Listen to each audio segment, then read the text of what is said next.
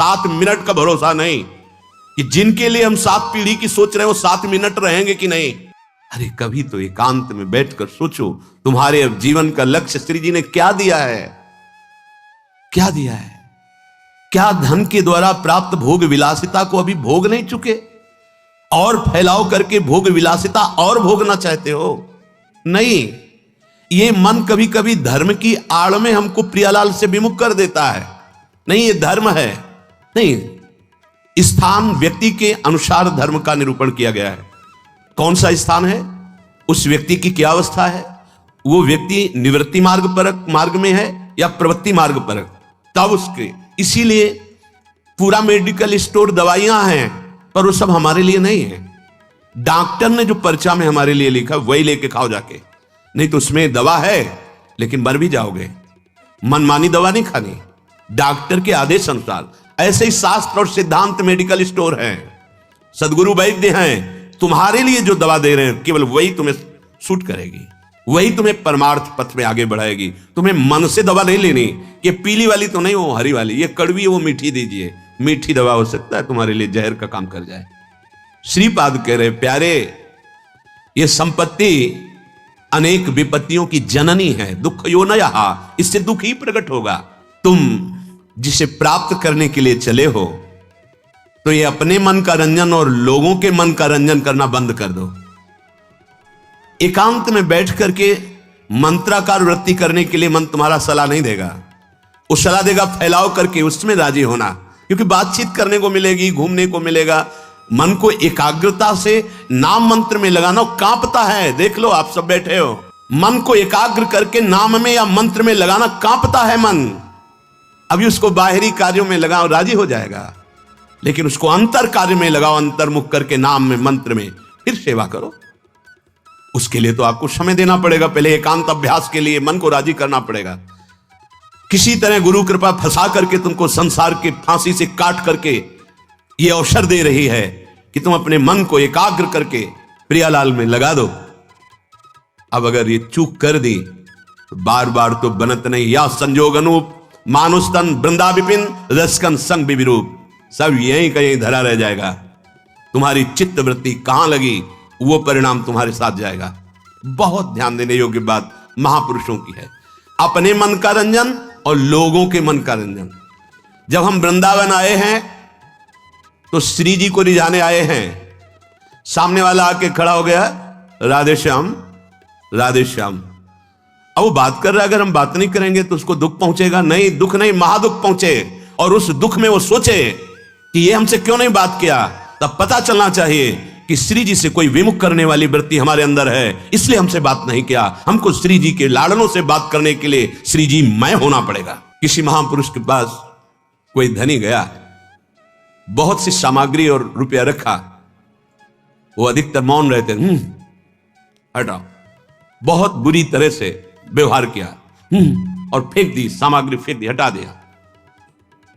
बाद में हमने उनसे एकांत में पूछा, ऐसा क्यों किया? गंगा के किनारे रेत में क्यों ऐसा किया आपने? वो कानपुर से आए, इतनी दूर से आए, गाड़ी से आए, यहां गाड़ी आना मुश्किल है, इतनी सामग्री लाए आपके लिए, आप क्यों फेंक दिया? तो पहली बात तो उन्होंने कहा अगली बार औरों को लिवा के आएगा और सब लेकर। दूसरी बात, इसको यह अहम है कि मैं ये वस्तुएं, अब इसके अहम को चूर हुआ कि महात्माओं के लिए वस्तुओं से नहीं भाव से रिझाया जा सकता है। हटा इन वस्तुओं को। अगर उन वस्तुओं को स्वीकार कर लेता तो उसको गर्व होता कि पैसे के बल से, वस्तुओं के बल से एक महात्मा हमारे हाथ जोड़ रहा है, हाँ बड़ी कृपा की, हट ये वस्तुएं हटा।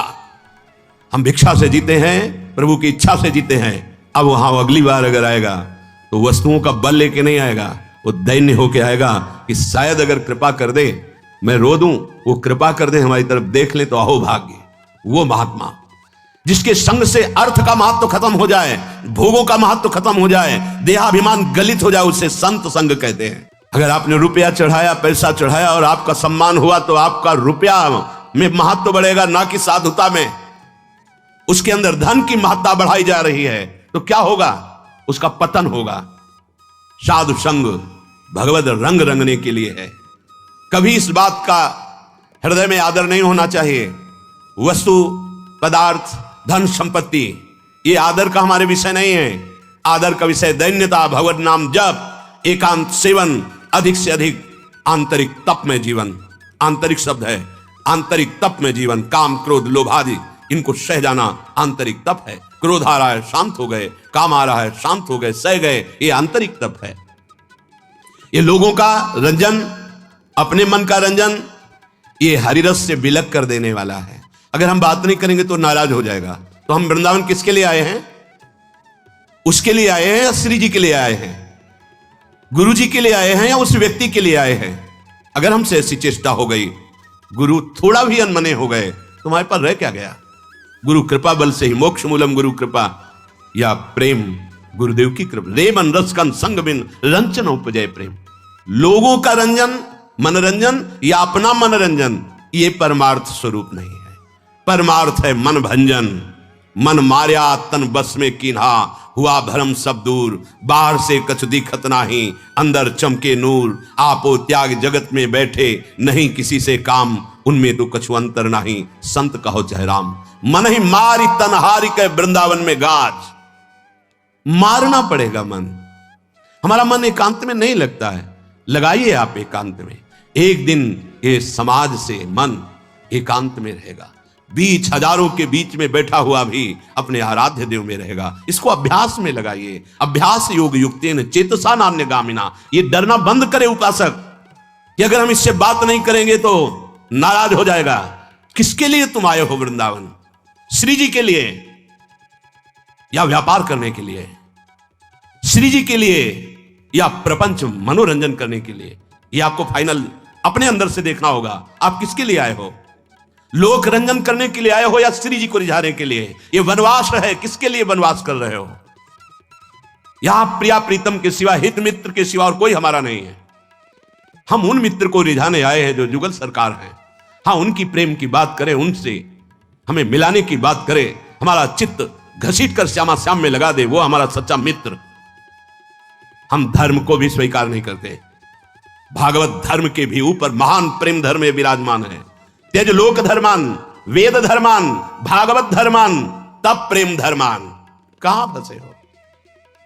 त्यज लोक धर्मान, तब महाभागवत धर्मान, भागवत धर्मान, फिर प्रेम धर्मान। राधा वल्लभ लाल की बिमल ध्वजा फहरंत, भगवत धर्मो जीत के निज प्रेमा ठहरंत। निज प्रेमा ठहरंत, नेम कछ पर सत नाही। कहां भूले हो?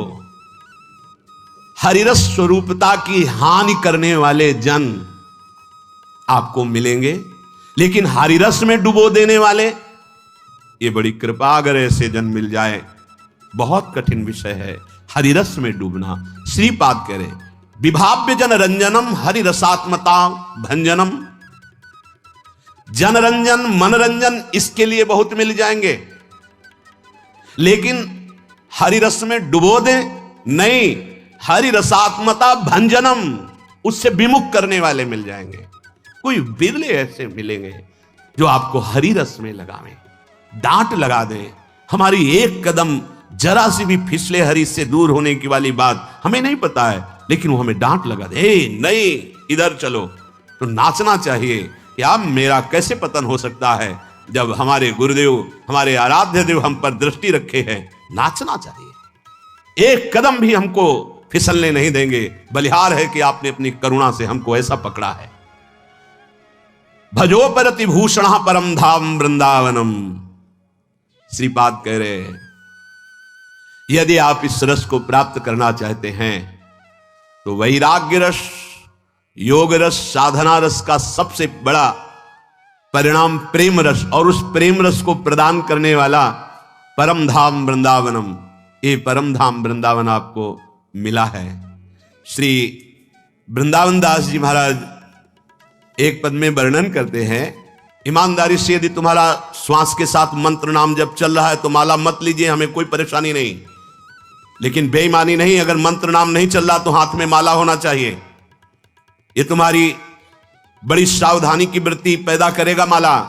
ये कोई खिलवाड़ नहीं है।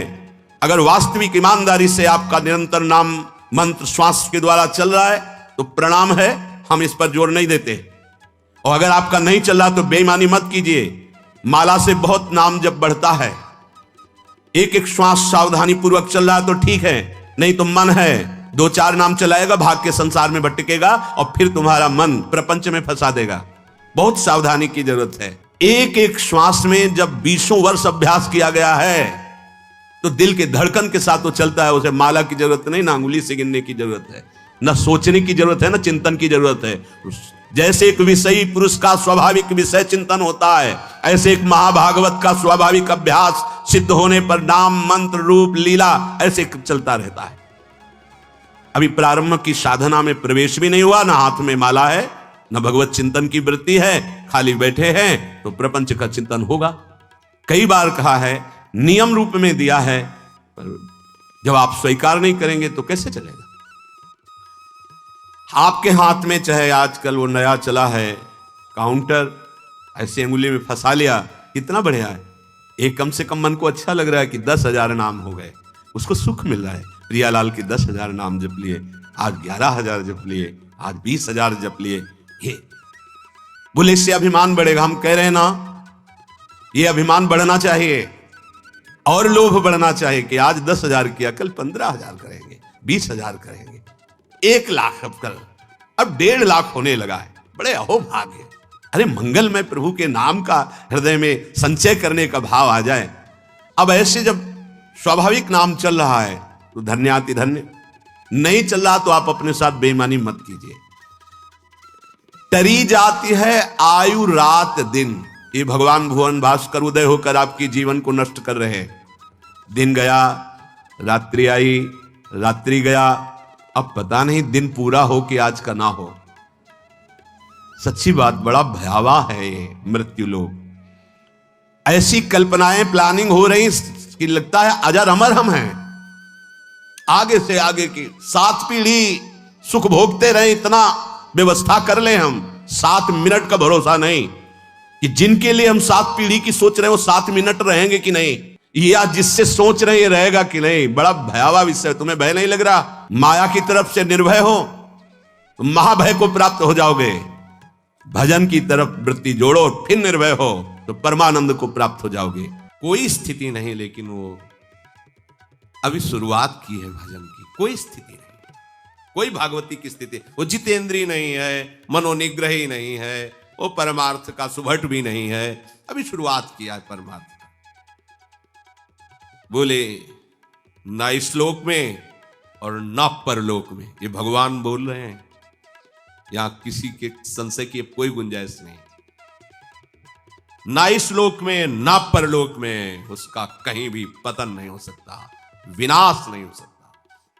ना मूत्र विनाशस्तस्य, कोई सामर्थ्य ऐसी नहीं रखता। ये बहुत आनंद की बात है। आप जैसे भी जितना भी प्रयास कीजिए आगे बढ़ने का, लेकिन निराश और हताश होने की कोई गुंजाइश नहीं। अभी वो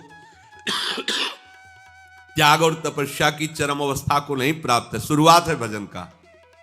देवर्षि नारद जी ने भी श्रीमद् भागवत में कहा है कि जो सब धर्मों का त्याग करके एकमात्र श्री भगवान के आश्रित हो गया और भजन प्रारंभ किया है, अभी भजन परिपक्व अवस्था को नहीं पहुंचा और वो गिर जाता है, पतित हो जाता है, तो उसका कोई भी पतन करने में समर्थ नहीं, क्योंकि भगवान है, रक्षा करते हैं। उसकी दुर्गति नहीं होगी। वो ऐसे संयोग को प्राप्त होता चला जाएगा जो बड़े बड़े पुण्यात्माओं को भी नहीं मिलता। अभी भजन प्रारंभ किया केवल बस, और भ्रष्ट हो गया। उसकी वो गति होगी जो बड़े बड़े पुण्यात्माओं की भी नहीं होती। जो भगवत आश्रय लिए हुए है, नामे भक्ता प्रणश्यति, नाश नहीं। एक बार बोला आपने राधा, एक बार जीवन में, चाहे जिस भाव से बोला, तो जब आप मरोगे तो वही यमराज स्वरूप है, वही धर्मराज स्वरूप है। धर्मराज बड़ा शांत गंभीर स्वरूप, महान वैष्णव, और यमराज बड़ा ही विकराल रूप। पापियों के लिए यम है और धर्मात्माओं के लिए धर्मराज है। उनके रजिस्टर में जितना सब कुछ भरा हुआ है, एक राधा नाम बोला, राधा, अब सामर्थ्य नहीं है उनकी कि एक नाम का हिसाब कर सके, क्योंकि महान वैष्णवाचार्य हैं। वो भी 12 वैष्णवों में महाभागवत में श्री धर्मराज जी भी आते हैं। वो प्रभु के नाम की महिमा को जानते हैं। एक बार तुम्हारे जीवन में यदि नाम लिख गया है, किसने बोला था या सुना था, तो दुर्गति शब्द तो खत्म हो गया तुम्हारे जीवन का। विश्वास कर लो, ये दुर्गति शब्द नहीं रहेगा। एक नाम, बस सबसे बड़ी बात है कि इस पर विश्वास की आवश्यकता है। बिन विश्वास भगति नहीं, ते बिन द्रवहि न राम, राम कृपा बिनु सपने जीव न लह विश्राम।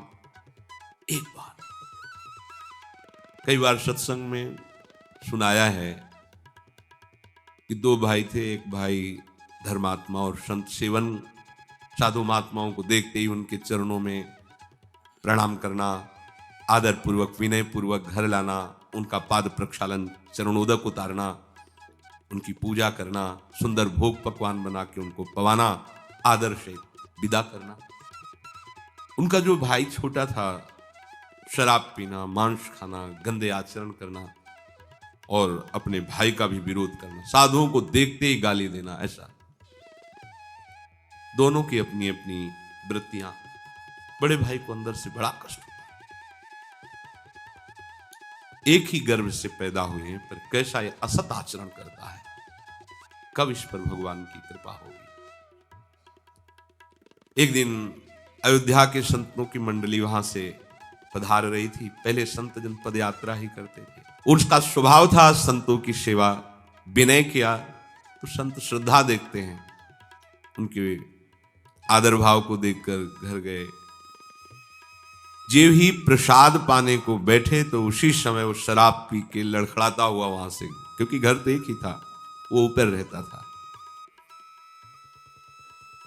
पहले संतों से कहा, प्रभु नाराज मत होना, ये हमारा भाई पर ऐसे कुसंग को प्राप्त होकर दुष्ट स्वभाव वाला हो गया है। वो संतों को गाली देते हुए ऊपर चला गया। प्रसाद पवाया और घुटने टेक कर कहा, प्रभु क्या इसका भी उद्धार हो सकता है।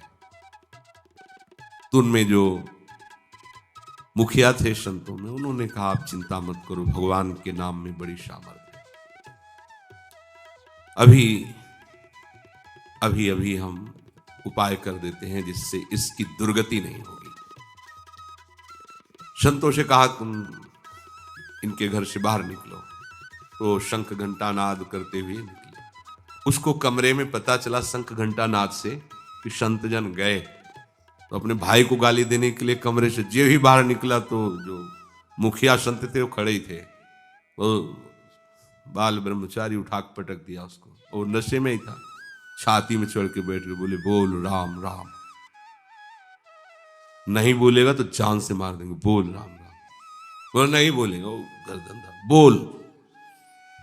उसने सोचा कि बोल देने से प्राण बच जाएंगे, इतना तगड़ा बाबा जी ऊपर बैठा है, ज्यादा देर बैठा रहा तो फिर तो राम राम बड़े ऐसे ही उपहास पर या अश्रद्धा पर राम राम। बोले, बेटा इसकी कीमत कभी मत लेना। बोले, चल कीमत मत, चल। अब वो तो जानता ही नहीं ना प्रभु के नाम और प्रभु के भक्तों को। नीचे उतर के आए, उन्होंने कहा, विश्वास करना मेरी बात का, अब इसकी दुर्गति नहीं हो सकती।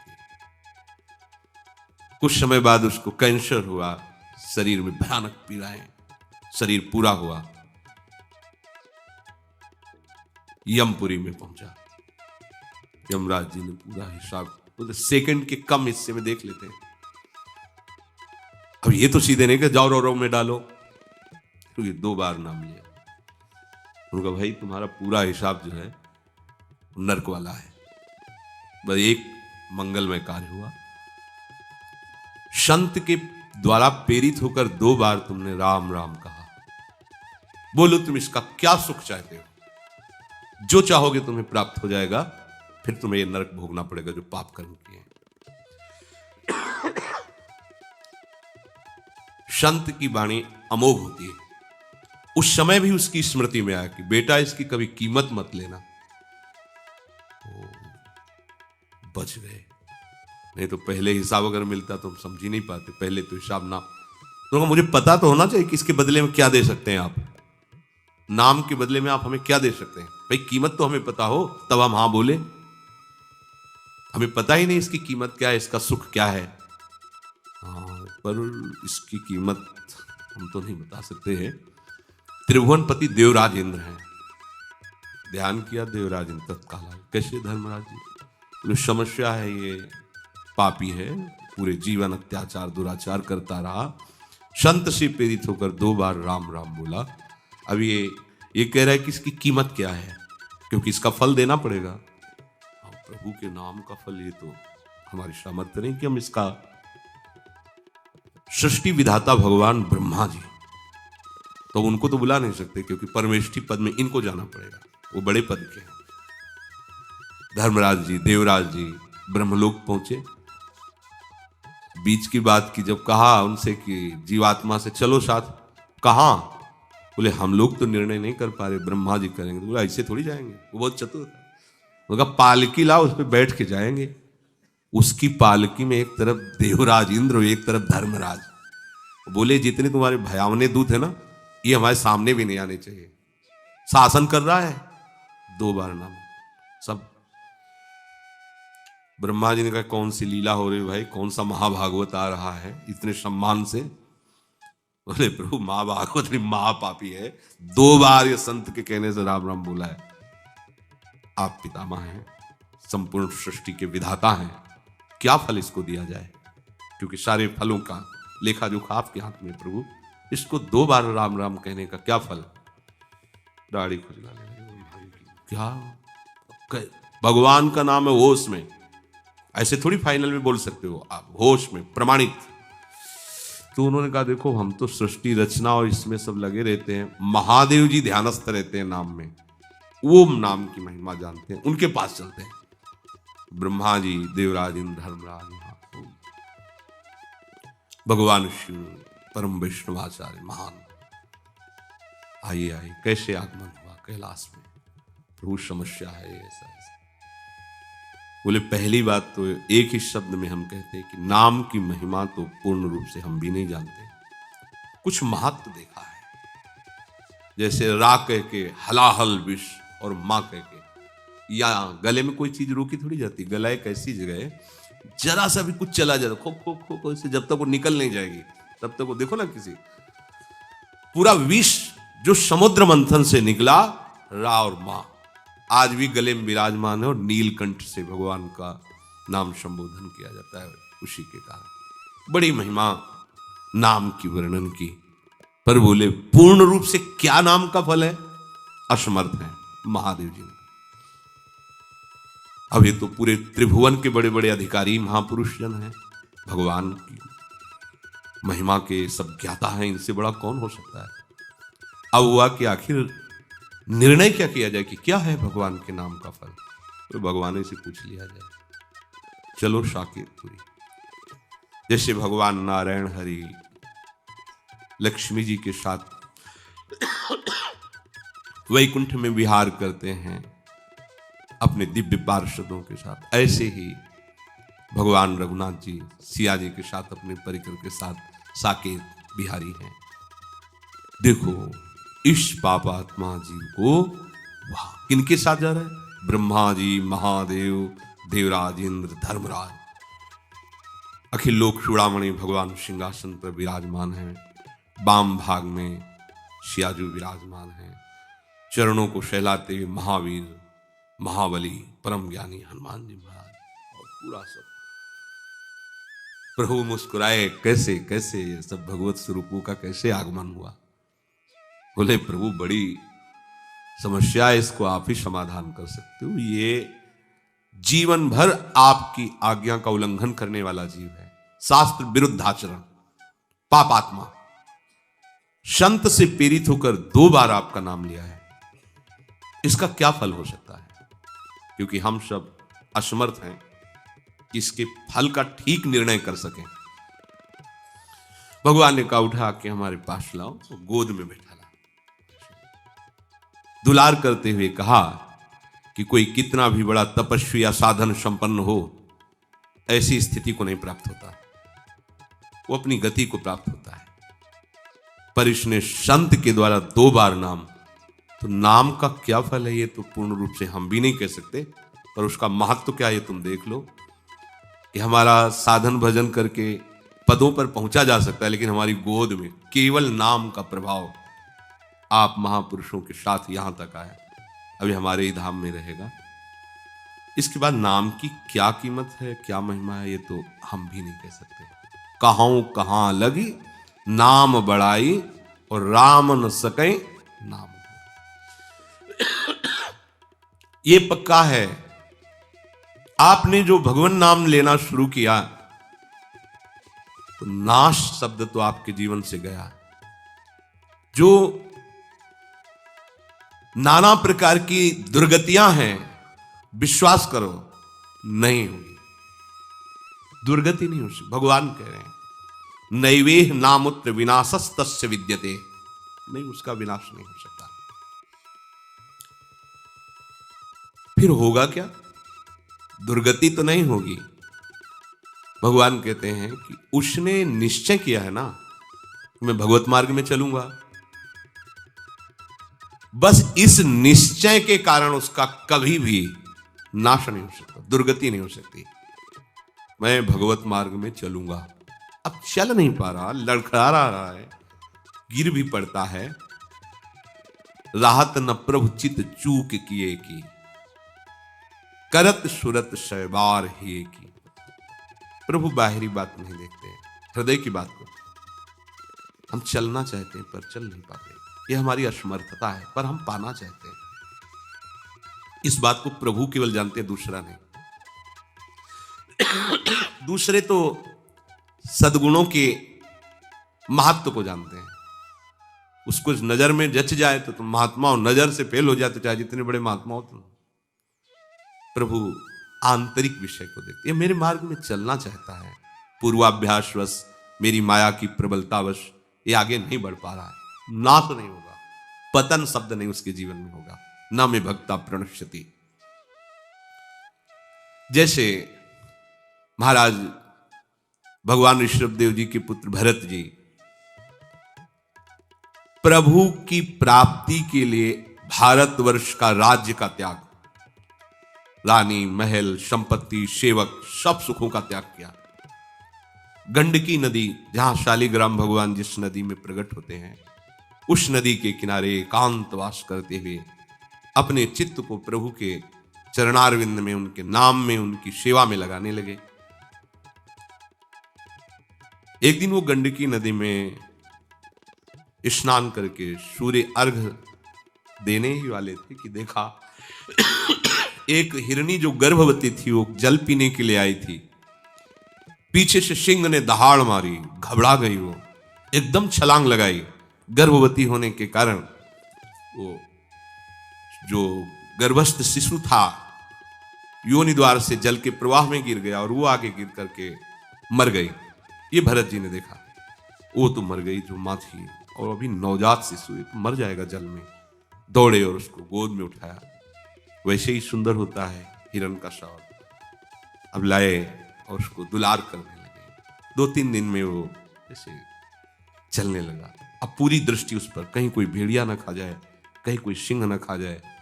नहीं नहीं, ये मेरी शरण में है, इसका कोई नहीं है। अब उसको गोद में ले हुए कुमल कुमल घास लेके उसको पवाते हैं। ये कोई गलत कार्य नहीं किया इन्होंने, ऐसा ही करना चाहिए। कोई भी भक्त हृदय धर्मात्मा वो ऐसा कैसे देख सकता है कि वो जीव मर रहा है और हम उसे जाने दें। जहां तक हो सके हमें प्रयास करना है उसके दुख दूर को, उसको बचाने का, उसको सुख देने का, पर बराबर नहीं, उस पर आसक्त नहीं हो जाना। इसलिए सेवा करनी है पर ममता नहीं, निर्ममो निरहंकारा, अहंकार नहीं कि मेरे द्वारा इसका भरण पोषण होता है। सेवा करनी है पर उससे ममता नहीं रखनी, ये परमार्थ के साधन की कसौटी है। सेवा करनी पर ममता नहीं रखनी, गलत हो गया यहां। सेवा की और ममता कर ली। अब वो बड़ा हो गया था, वो अपने झुंड में चला जाए जैसा, उससे निरपेक्ष होना चाहिए था। उसका जीवन क्या है प्रभु जाने। 2-4-10 दिन उसको संभाल दिया और छोड़ दिया, पर ऐसा नहीं हुआ, आसक्त हो गए। अगर वो आंख मूंद के ध्यान भी करना चाहते तो हिरन ही ध्यान में आता है, ऐसे खोल के देख लेते हैं कि कहीं उसको कोई जीव खा ना जाए। कभी कभी वो ध्यान में है, छोटे छोटे सींगों से ऐसे उनको बड़ा सुख मिलता है। पुत्र परिवार का जिस लक्ष्य की प्राप्ति के लिए त्याग किया, उसी लक्ष्य में ये बाधा खड़ी हो गई और वो समझ नहीं पा रहे। कभी गले में उसको ऐसे बैठाल के जैसे अपने बच्चों के साथ दिला, ऐसे वन में, अब सारा का सारा समय उसी हिरण के साथ। बड़ा वियोग वर्णन है उसमें जो चला। अंतिम समय उसी हिरण में आसक्त होते हैं। छूट गया, देखो मार्ग छूट गया, एकदम भजन छूट गया। भागवत में लिखा है जिस भजन के लिए उन्होंने सब का त्याग किया, उसी भजन का त्याग कर दिया। एक क्षण भी भजन नहीं कर रहे, बस उसी हिरण के बच्चे के साथ। अंतिम समय में उसी हिरण का ध्यान करते हुए उनका प्राण छूटा। अब क्या होना चाहिए था? दुर्गति होनी चाहिए थी? नहीं, ऐसा नहीं। जब हिरण बने तो पूर्ण ज्ञान प्रकाश में है। ओह, मेरी दुर्गति अर्थात उस उत्तम मानव देह से जो भगवत प्राप्ति की साधना कर रहे थे, उसमें विक्षेप और मैं हिरण के शरीर में आ गया। अब नहीं, जिस दोष के कारण हमारा ये पतन हुआ, अब नहीं। अपनी मां को छोड़ दिया, बच्चा हिरण वहीं गंडकी नदी के पास है। हरी घास नहीं खाते, कहीं ममता ना हो जाए, बड़े सावधान। अपने शरीर को उसी गंडकी नदी में खड़े करके जो पूर्व में मंत्र जप रहे, वही मंत्र जप रहे हिरण के शरीर में, वैसी साधना प्रारंभ। क्या पतन हुआ? भगवान के आश्रित परमार्थ में चलने वाला पथिक कभी भी पतित नहीं होता। जो बड़े बड़े परमहंसों की स्थिति होती है, हिरण की स्थिति है। गंडकी नदी में शरीर को खड़ा किए, मंत्राकार वृत्ति, हरी घास भी नहीं, सूखे तृण पत्ते खाते हैं जिससे राग ना हो जाए। शरीर छूटा, अगला जन्म ब्रह्म ऋषि के रूप में हुआ। कोई साधना नहीं करनी पड़ी। ब्रह्मबोध संपन्न महापुरुष, ज्ञान की ऊंची भूमिका में स्थित जड़ भरत के रूप में। भजन का क्रम नहीं नष्ट हुआ, साधना नहीं रुकी। ये मार्ग ऐसा नहीं 100 बार बोला है तो अब 101 बार शुरू होगा, 99 नहीं होगा। जितनी स्थिति में आप पहुंचेंगे, उस स्थिति से कभी पतन नहीं हो सकता।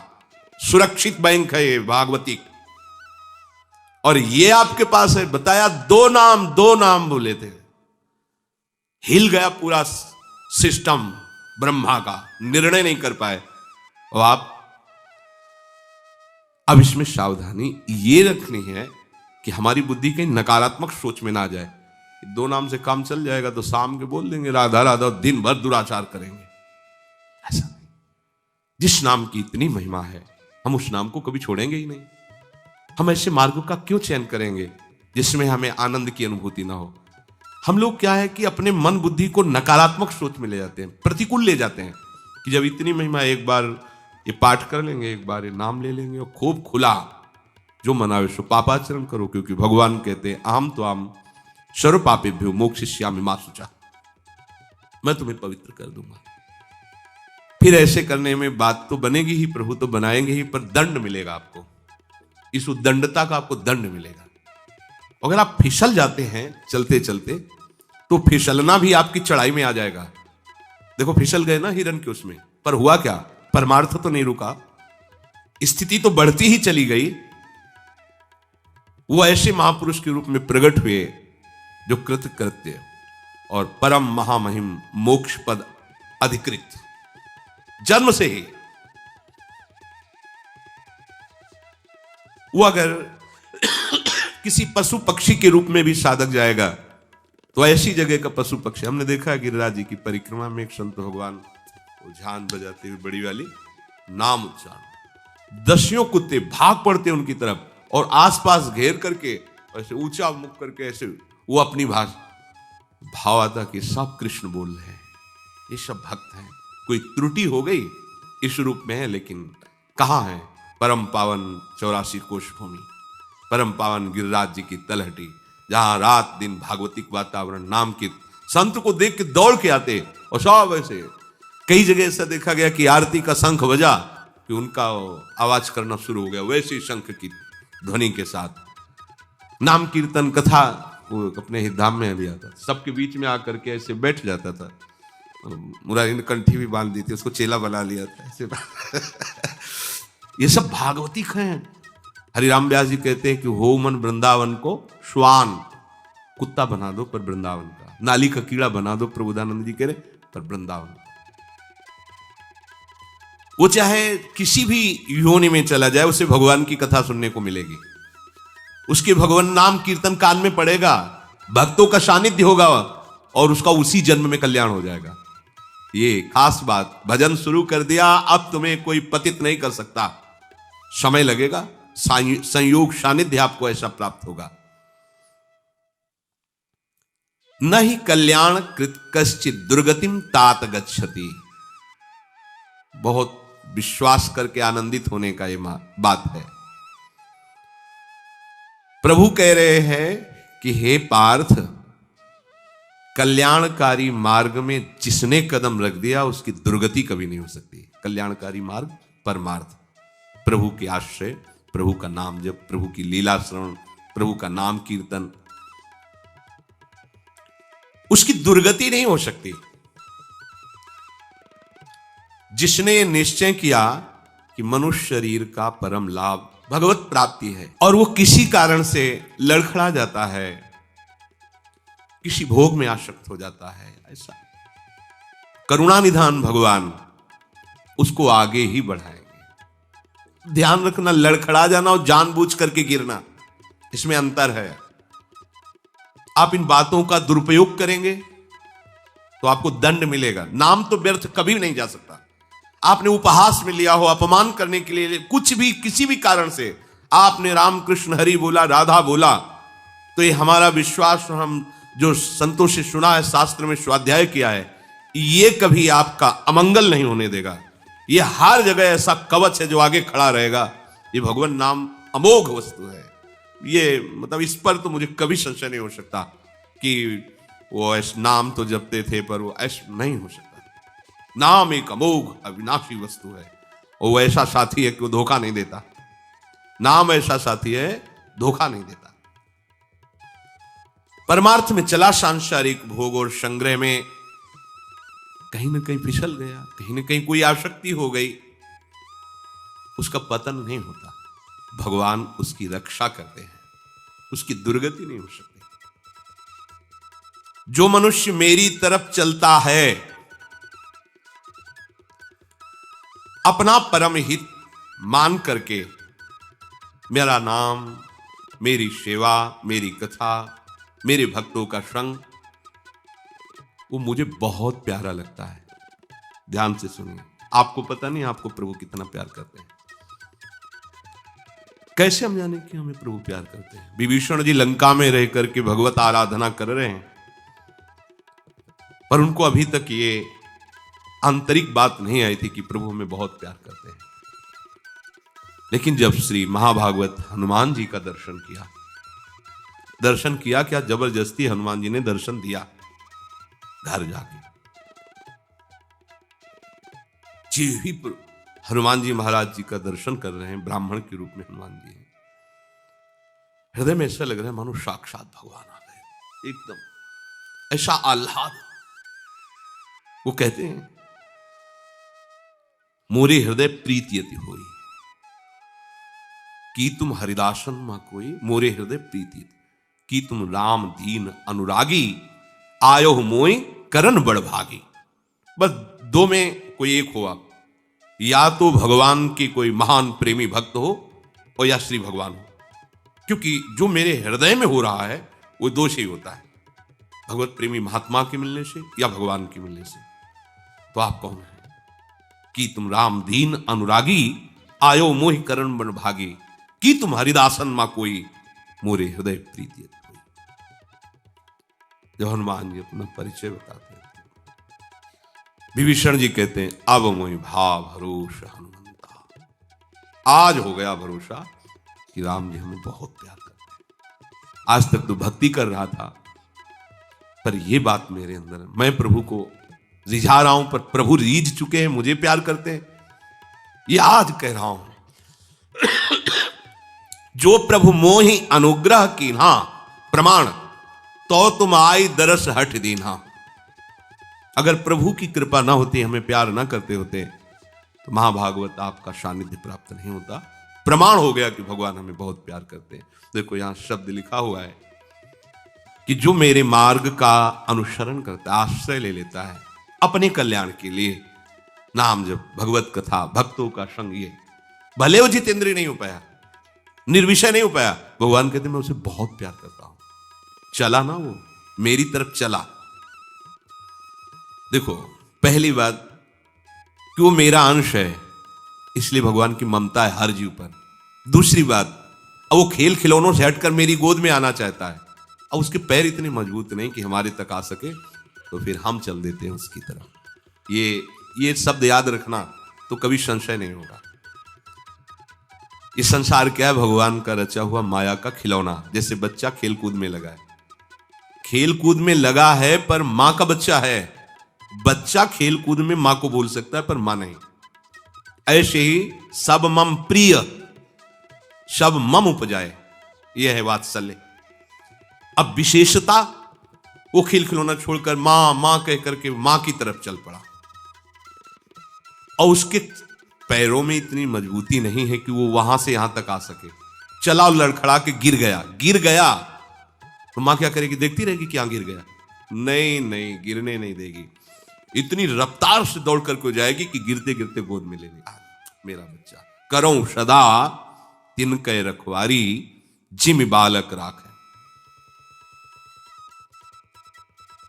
यही हमारे जीवन का आधार है शब्द। इसी से कुछ दिखाई नहीं दे रहा, कुछ समझ में नहीं आ रहा, लोग गालियां देते हैं, अपमान करते हैं, भूख प्यास सब कुछ सहकर। ये बात जीवन आधार होती उपासक के। ओ हर बात से प्रभु देख रहे हैं ना, प्रभु देख रहे हैं ना, उन्होंने कहा है ना, वह उनकी बात पे चल देता है। वो एक एक कदम देख रहे हैं। ऐसा नहीं हो रहा कि हम चले जा रहे हैं, पता नहीं कोई जानता है कि नहीं। एक एक सेकंड हम पर नजर है हमारे प्रभु की। जिसने हमारे मार्ग में कदम रख दिया, उसकी दुर्गति कैसे हो सकती है? नहीं, कभी नहीं हो सकती। पहली बात तो याद रखो, भगवत मार्ग में किया हुआ साधन कभी भी नष्ट नहीं होता। वो तुम 10 साल से भजन करो, ये कर लिया ना, सब नष्ट हो गया तुम्हारा।